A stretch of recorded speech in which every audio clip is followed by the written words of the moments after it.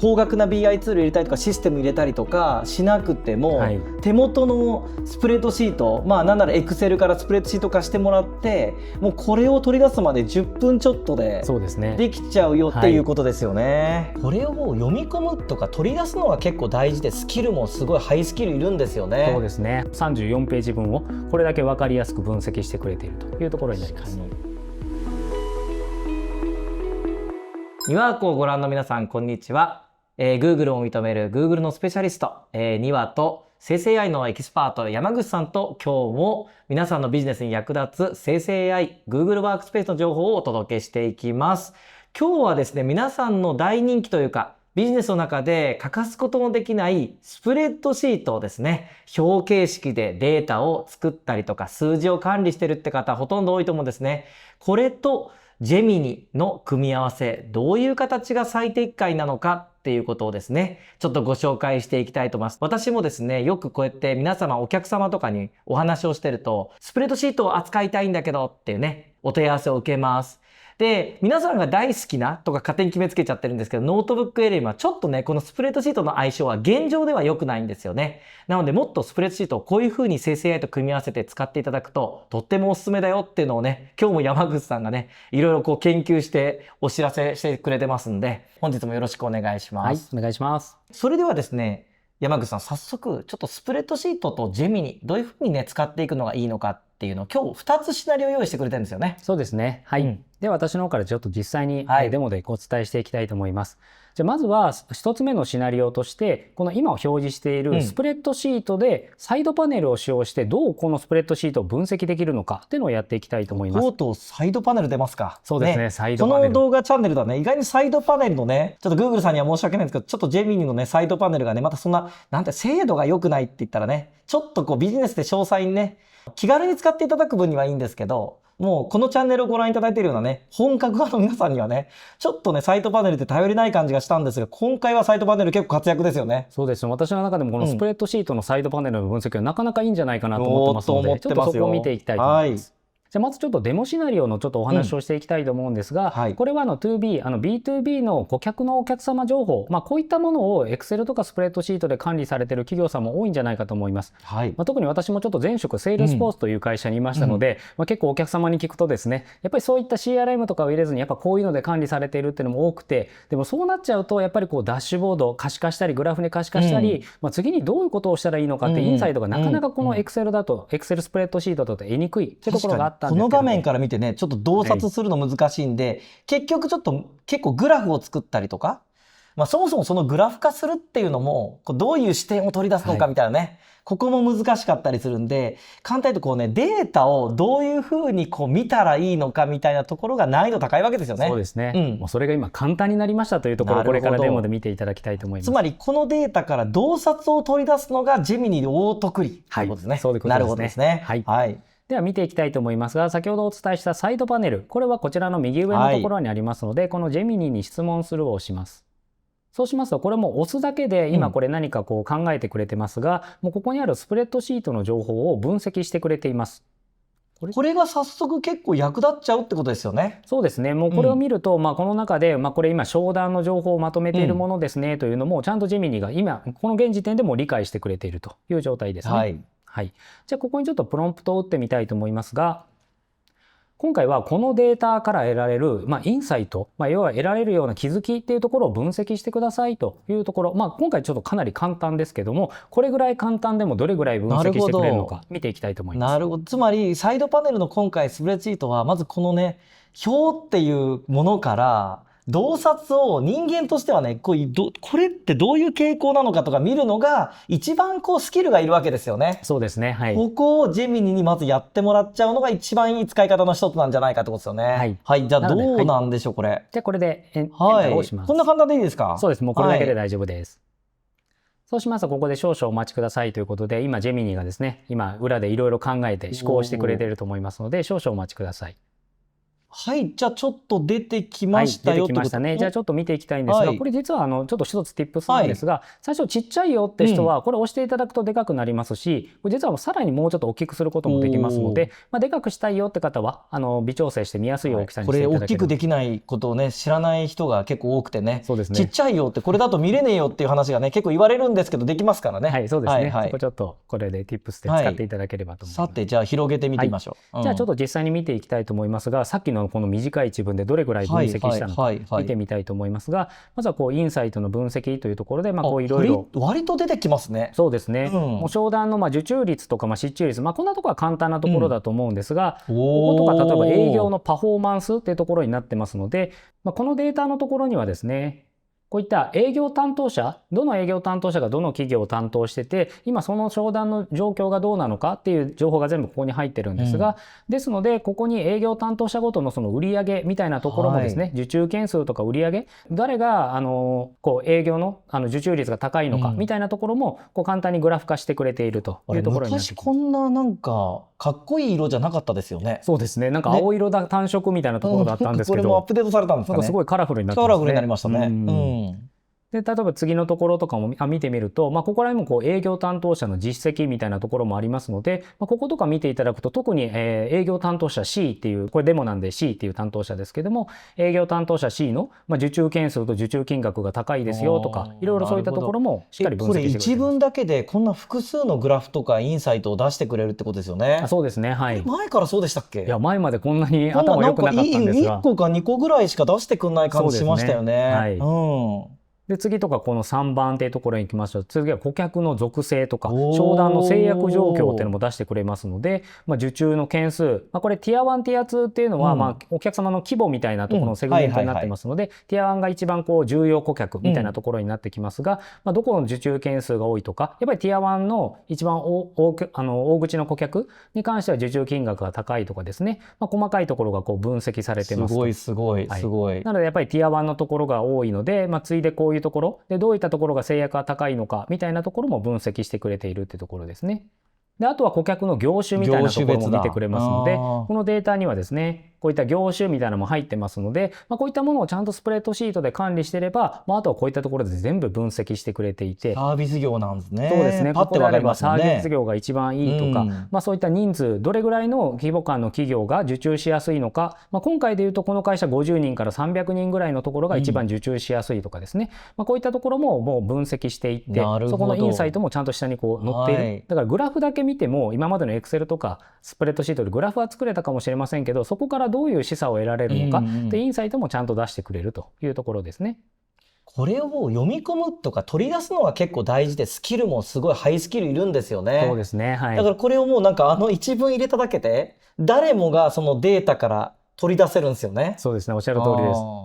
でもちょっとここはもう長いですが、製品の個別のどういった製品が受注しやすいとか、あとは時間経過に伴ってどうなのか、これだと平均、受注までに至る平均の日数が108日かかるよとか108日かかるよとか、そういったところもしっかり計算して分析してくれてますね。ここら辺はなんか人が気づかない点もありますよね。マネージャーさんがパッとね、この知見っていうのはそうなんだっていうふうに思ったりするのもねありますよね。はい、そうですね。であとは全体的な考察みたいなところもしっかり入れてくれてますので、これ見てもらったら分かる通りかなり長い分析をこの一文だけでしてくれたっていうところですね。とうとうサイドパネルここまで来たんだなっていうですね。そうですね。はい。で私よくねサイドパネルはドキュメントとの会話窓口だって言ってるんですけど、今まではねファイルって自分が作ったりとかまとめるものだったんですけど、これが Google ワークスペースになってドライブになって簡単にみんなで共同的な場所になって、今度はジェミンのサイドパネル入ったらもうファイルは聞くものっていうかね、データを入れといたら自分たち各々がね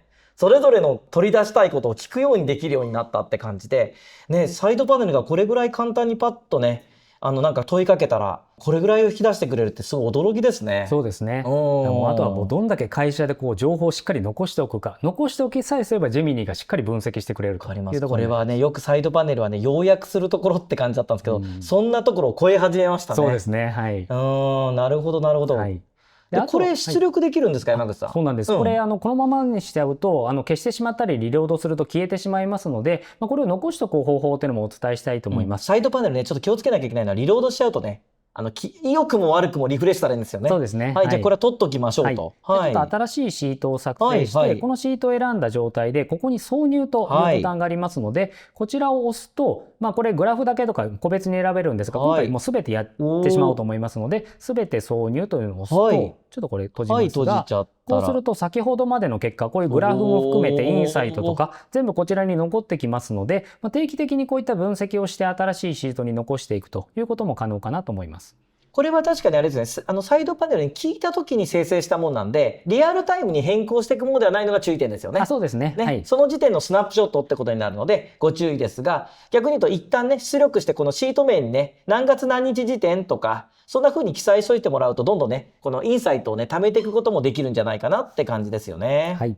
ということで、サイドパネルの、スプレッドシートのサイドパネルは結構ね、この他にもね、実は関数作ったりとかね、あとは今後なんですけど、いろんなテーブルの処理とかがね、できるようになるってことも発表されてるんで、スプレッドシートのジェミニサイドパネルっていうのは結構ね、いろんな使い方に今後広がっていくと思って、これは期待なんですが、まずは現時点、今の時点ではインサイトをね、パッと、特にグラフ作れるとか、関数の処理ができるとか、データの処理ができない人でもね、簡単にこれをやっていただけるってことなんで、BI ツールとか大行なもの作らなくっても、パッとね、みんながこのデータの意味とかを取り出せるっていうのはすっごいビジネス上価値ありますよね。そうですね。ですので簡単にここから情報を見れるっていうのはすごい価値があるんですが、ただ元セールスフォースにいた私からするとやっぱりまだちょっと情報足りないかなって感じがするんですね。もっとね、本格的に分析しようと思ったら足りない。そうですね。ただこれがディープリサーチが進化したことによってかなり詳細に分析ができるようになったので。なるほど。これまでね、山口さんもノートブック LM 派だったのが、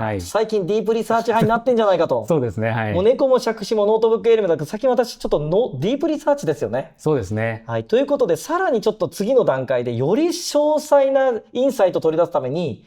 つい最近ね、ディープリサーチが添付ファイルが読み込めるようになったってことで、これをスプレッドシート読み込ましたらみたいなね、ことのシナリオをちょっとね、次のこれが本番なんですよ。はい。じゃあちょっとそれをやってみたいと思います。では次にジェミニーアプリを使ってディープリサーチで先ほどのスプレッドシートを細かく分析していきたいと思います。今度はディープリサーチがね、ただのウェブ検索だけじゃなくて、スプレッドシートの中をリサーチかけれちゃうようになっちゃったってことですよね。そういうことですね。やってみましょう。じゃあここから実際にジェミニーアプリを使ってディープリサーチをやっていきたいと思います。じゃあディープリサーチをする場合はここのディープリサーチをオンにしますと。でこれが以前まではここのファイルの添付ができなかったっていうところがあるんですが、ここからファイルを添付することができるようになりました。なったんですよね。ですのでここから Google ドライブを追加というところを押して、で先ほどのスプレッドシートがこちらになりますので、この顧客管理というスプレッドシートを選んで挿入をします。みんなが大好きなスプレッドシートを読み込める。そうですね。しかもこれ1個、今回のデモは1個ですけど、2個とか3個ね、最大10個ぐらいまで読み込むことが現時点ではできるんでね。そうですね。10個まで可能になってます。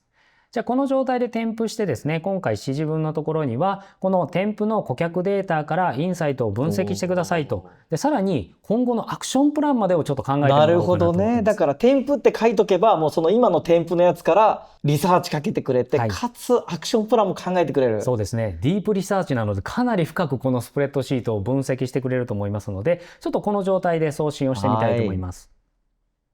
そうすると先ほどのサイドパネルとかであれば、すぐに結果を出してくれるんですが、ディープリサーチになるとやっぱり10分ぐらいかかってくると思いますので、ちょっとお時間かかりますが、その分かなりの詳細な分析をしてくれると思います。なるほど。だからこれ使い分けですね。後でね、まとめますけどね。そうするとディープリサーチの計画が出来上がりましたので、ちょっとここ簡単にだけ見ておきたいと思いますが、ここが先ほど添付したことによってですね、この添付ファイルを分析していきますねと。で、そのファイルの分析からこういうことを分析した方がいいんじゃないか、失注とか競合とか、商談のいろいろなところを分析順番にしていこうかなというところで、最後にアクションプランを考えてくれる。もう完璧じゃないですか。そうですね。こういう計画を立ててくれたみたいなんで、じゃあもうこれで大丈夫ですということで、リサーチを開始してみたいと思います。最近ディープリサーチ本当いいですよね。こうなってくるとね、もうディープリサーチで使っていただくっていうのはすっごいいいんじゃないかなと思っていて、スプレッドシートを分析するのにね、ディープリサーチを使うっていうのはね、ちょっと私もね、教えてもらうまでそのアイデアなかったですね。そうですね。もうこれがディープリサーチでできるってなるともう分析がもう大きく変わってくるような気がしますね。変わってきますよね。もうちょっとね、ウェブのね、ちょっと知りたいことをバーってね、市場調査とかするって言ったと思ったら、もうありもののデータをディープリサーチかけるっていうね。この発想はね、ちょっと皆さんぜひね、使いこなしていただくといいかなと思いますよね。はい、さあ、始まってきてますね。そうですね。じゃあ実際にこれで中の添付データを分析してくれてると思いますので、ちょっと待ってみたいと思います。で、さらにこれあれ、ウェブサイトを見に行ってますよね。プラスアルファでね。そうですね。関係ありそうなサイトを多分探してくれてるんだと思いますね。出るんでしょうね。はい。はい、では数分したのでディープリサーチが完了したので見てみたいと思いますが、先ほどのスプレッドシートの顧客情報の中から、こういった形で、調査した結果というのを報告書としてまとめてくれていると。サイドパネルとかのレベルじゃないですね。そうですね。これもう比じゃないですね。長そう。また20ページ超えかな、これ。ちょっと一回 Google ドキュメントに出してみますね。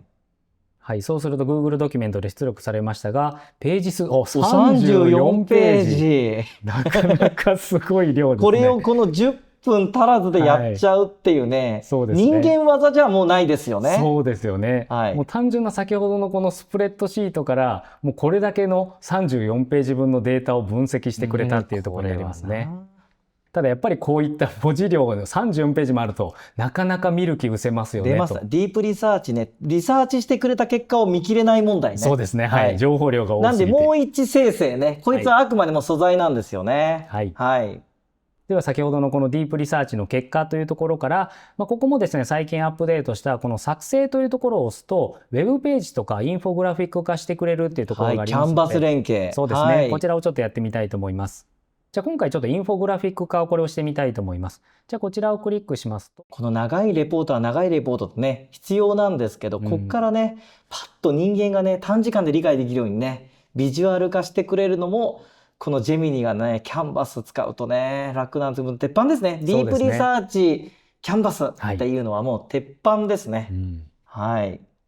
はい、そうするとインフォグラフィックが完了しましたと。で、これで今 HTML が作成されましたが、通常であればここにコードとプレビューっていうのが出てくるんですが、今回は出ていません。で、これがですね、結構私が試している限りだと、ディープリサーチのような先ほどの34ページぐらいありましたと、あれをちょっとインフォグラフィックにかけると、多分おそらくトークン数が足りなくなってしまって、ちょっとプレビュー表示ができなくなってしまうっていうのがあるんですが、ただ HTML は出来上がってますので、これを HTML を今回は Google サイトっていうのを使ってですね、実際にページに表示してみたいと思います。これも定番ですよね。まず一旦ね、この作ったね、インフォグラフィックスとかウェブサイトはね、一旦 Google サイトに貼り付けましょうっていうところまでね。そうですね。ではちょっと Google サイトを開いてみたいと思いますが、こちらのアプリランチャーのところから Google サイトを開きます。そして空白のサイトで今回新規を作ります。そうしますとサイトが開きますので、今回はこの埋め込むというところを押して、今 URL のタブになってますので、埋め込みコードを選択します。そして先ほど生成できたこのキャンバスで出来上がったインフォグラフィック、これをすべて選択してすべてコピーをします。そして Google サイトに戻って先ほどの HTML のところに貼り付けます。そうすると先ほどの長い HTML がここに貼り付きますので、ここで次へというふうに押すと、ここでプレビューが出ますので、問題なければ挿入をします。これね、Google サイトっていうのね、ちょっと理解されてない方もね、ひょっとしたらこの動画を初めて見られた方はちょっといらっしゃるかもしれませんが、Google サイトってね、Google ドライブの中に作れる簡単なポータルサイトとかね、プロジェクトサイトを作れるっていう、ウェブサイトを簡単に作れるね、機能だったりするんですが、これが HTML をね、パッとね、形にするのをできるっていうパーツがあるので、このキャンバスでね、生成されるものって大抵 HTML なんで、それと相性がとってもいいので、まずね、Google サイトにパッて貼り付けていただくと、いろんな人にね、共有できるようなね、形になるんですよね。現状、Google ワークスペースのユーザーの方は、キャンバスで生成したものを直接ね、他のメンバーの方に見ていただく機能が、ちょっと無償版はあるんですけど、Google ワークスペースのユーザーはないので、それがいつかできると思うんですけど、それまでね、この Google サイトっていうのを経由してもらうととってもいいですよって話をね、他の動画でもしていますので、ご覧になってください。はい。じゃあ山口さんすいません。ありがとうございます。さて、どんなのができたんでしょうか。ではちょっとプレビューモードにしてみましょうね。じゃあ先ほどの長かった34ページのものがこの形にしてくれた、このようにまとまっております。インフォグラフィック。いや、もうすでにこの時点でもうすごいですけどね。そうですね。もうこれもグラフ化してくれてかなり分かりやすくなってチャットさっきの表を見せてもらっていいですか。はい。これが、これですよね。もともとはこれでしたというところがこのように表示されております。はい。で実際に見てみるとこういったグラフもありますので、これカーソルを当てるとこういった感じで受注が今36件あって失注が18件あってとかいうふうにグラフも見やすくなってますし、こちらも商談の状況みたいなところもこういった形でこれはね見やすいですよね、見れるようになってます。これが会議の時に出てきたら相当できるやつですよね。そうですね、はい、どうやってやってんのに気になりますね、むしろね、はい、もうここまで人の作業、多分作業的には人は5分ぐらいもかかってないと思うんですね。そうですね。だから15分ぐらい待ってこれできちゃった感じですもんね。そうですね。なんかあとは全自動ですもんね。そうですね。はい。でちょっと下の方とかも見てみると、製品のカテゴリーみたいなところもこう分けてくれていたりとか、でここがまさにこうインサイト的なところなんですけど、例えば業種、先ほどもサービス業がいいとかいろいろあったと思いますけども、ここのところ上を見てみるとこういった形で、これに対して受注率が 50% と高いとかですね、こういったところを狙う方がいいんじゃないですかというところもありますし、商談の平均のこの受注金額みたいなところもこう自動的に計算してくれてというところもあったりとか、あとは企業もこうやっぱり小規模のところとか大企業、それぞれそれによってですね、小規模の企業だったらこういう製品がいいよとか、大企業だったらこっちの製品がいいよとか、そういったところのニーズっていうところもしっかりこう分析してくれているっていうところになりますね。なるほどですね。だからこれがただのさっきのこれだけで分かるかっていうと、そうですね。でそのために高額な BI ツール入れたりとかシステム入れたりとかしなくても、手元のスプレッドシート、なんなら Excel からスプレッドシート化してもらって、もうこれを取り出すまで10分ちょっとでできちゃうよっていうことですよね。そうですね。もはやディープリサーチがかなりここを深く分析してくれることによって、この営業パフォーマンスも先ほどありましたが、失注みたいなところも、どういった製品がどういう理由で失注しやすいのかみたいなところもこうしっかり分析してくれて、なんかこんなのも作ってくれてますが、もう視覚的にこう分かりやすいものを作ってくれてますね。ティア1、大手の重要顧客に関してはもう6倍とか、こういった失注理由が多いのは機能とした理由の失注が多いよとか、どういう対策を取ったらいいのかっていうのもしっかりとインサイトを得ることができるというところになってます。なんか社内の洞察を得てそれをみんなと共有するっていうやり方が、なんか一生懸命資料を読み解いて関数作ってで自分でこうああだこうだやるとかっていう、もうそういう感じじゃなくなっちゃいましたよね。そうですね、はい。もはや自分でやるよりこっちを見た方がいいんじゃないかなって気がします。なんか私本当にこのキャンバス機能を見てると、社内でなんか合意形成のためのスライド作るとか資料を作るってもうなくなっちゃうんじゃないかって感じしますよね。そうですね。そこからこう人が次のアクションにつなげていくっていう、その戦略の方に力を割いていくことになるかなと思います。いろんなことでここを叩き台に話していくっていうね、そういうところからの時間をもっと費やしてもらうっていうことですよね。そうですね。でも何も言ってないですけど、SWOT 分析までしてくれて、強み弱み、自分たちの会社の強み弱みとかも全部分析してくれてますね。コンサル泣かせですね、これね。そうですね。はい。で、私最後にアクションプラン持ってたんで、じゃあこの後どうしたらいいのってやったら、リードをちゃんと獲得した方がいいんじゃないかとかですね、ティア1とかをちゃんとエンゲージメントした方がいいよとか、競合の製品対策した方がいいよとか、本当にいろんなことをこう次にアクションプランとしても出してくれているというところになりますね。で最後にまとめというところで、非常にこれ分かりやすくなっていると思いますが、これがさっきの34ページ分をこれだけ分かりやすく分析してくれているというところになります。確かにこれね、あの34ページを読み込むことも大変ですからね。そうですね。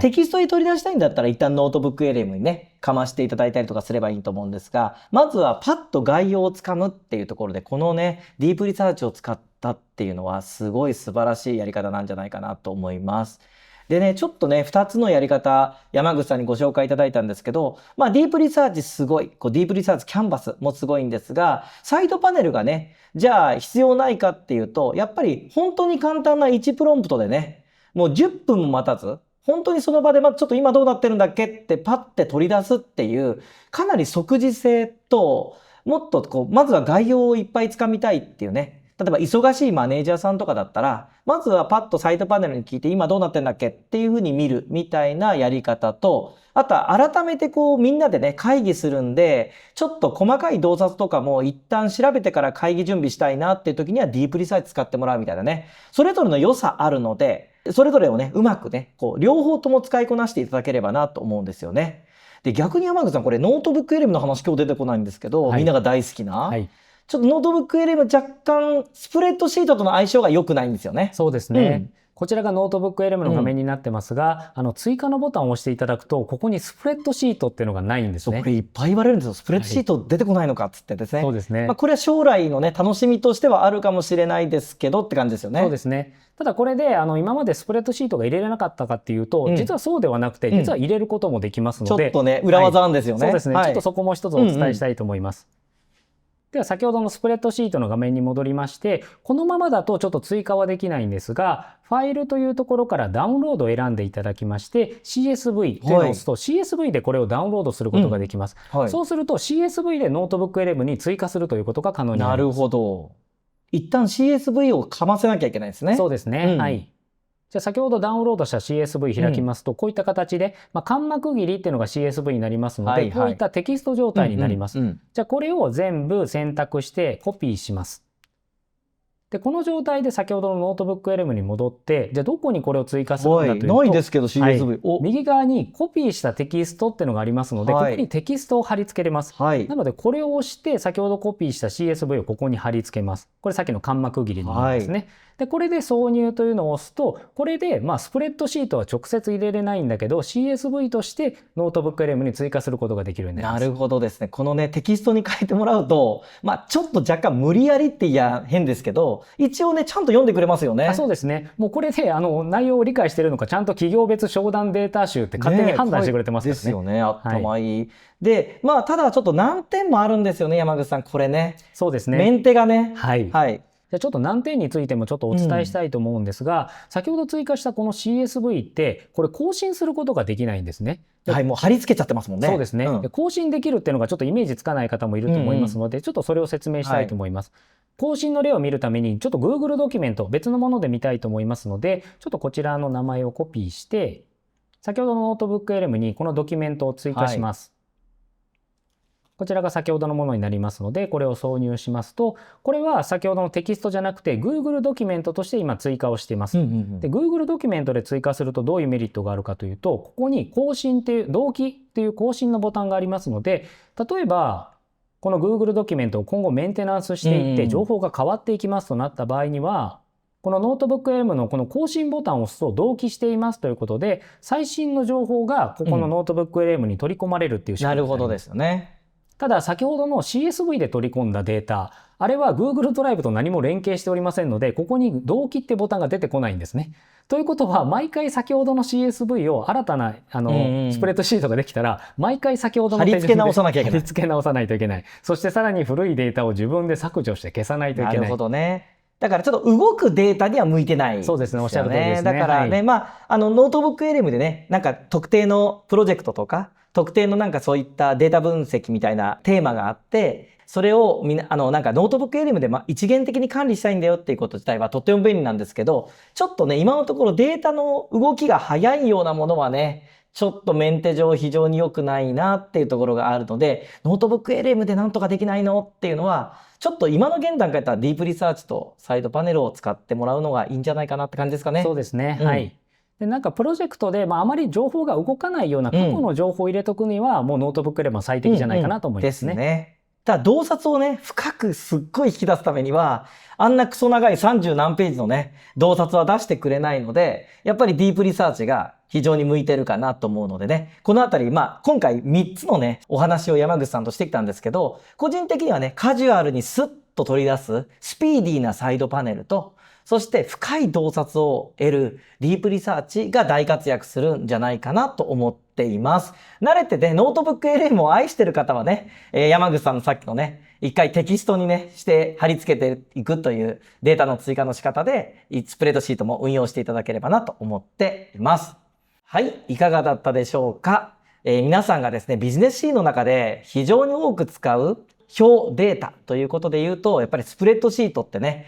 外せないもんなんじゃないかなと思いますが、スプレッドシートのあるデータをどうやって生成 AI で活用していくのっていうのはね、大変皆様の興味のしてあるんじゃないかな。たくさんね、私も質問を受けますんでね、今日はそのあたりにちょっと少しフォーカスした動画になりました。で、この動画ではですね、Gemini、Google ワークスペースを中心に、我々のようなスペシャリスト、企業導入をしているスペシャリストがですね、いろんな皆様のビジネスにお役に立つような情報を配信しています。はい。この情報がですね、すごい役立ったよ。今後もね、ちょっといろいろこのチャンネルを応援したいよっていう方はですね、いいねボタンとチャンネル登録をよろしくお願いします。じゃあ本日もですね、山口さんありがとうございました。ありがとうございました。はい、では皆さんまたお会いしましょう。